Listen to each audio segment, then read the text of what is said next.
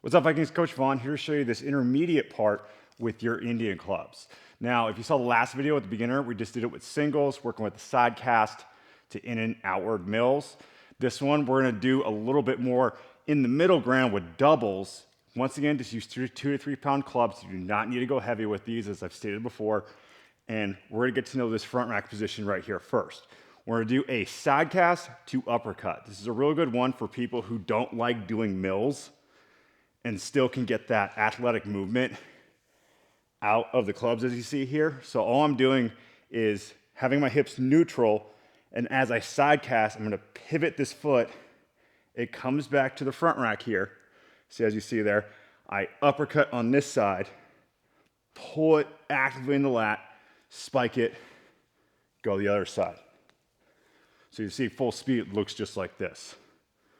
I'm moving those hips, so once again, I spike it down that side cast, my hips are going neutral, I'm pivoting to this side, it balls with the joint right there, my elbow, and I bring it back to that front rack, packing in those lats right there, and then just uppercut, lead with that knuckle, pull it in, side cast. Feels real good in the elbows and shoulders to get a little more loosened up. A lot of you MMA people, striking athletes may really like this one as well. Second one, we're gonna do clock turns, straight from the side here.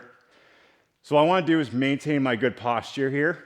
Keep this one at 6, put one at 12, and you're just gonna rotate going flat. See there? Then I go to the other side. So they're just switching each side. You can make it more methodical, then as you feel more of a groove to it, you can add a little bit more of a kayak motion. As long as that is staying, so as long as it's going there, so don't let it go too far forward, don't let it catch up to it looking like this.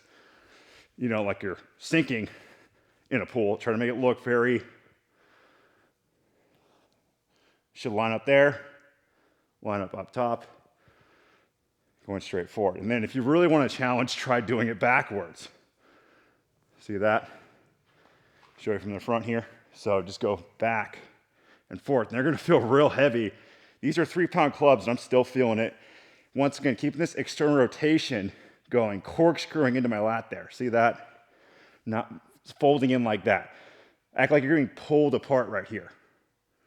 And then come to that 6 o'clock, back to that flat, get both sides. You'll feel it pretty well with this one, going more in a minute.